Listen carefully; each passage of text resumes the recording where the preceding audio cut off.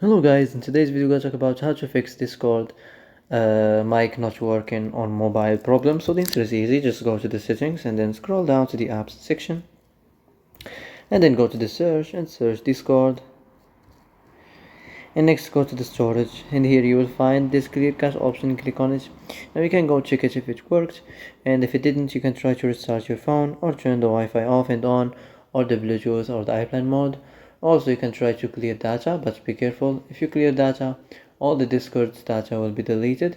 This includes all files, the settings, the accounts, the databases, etc. So be careful if you want to clear your data.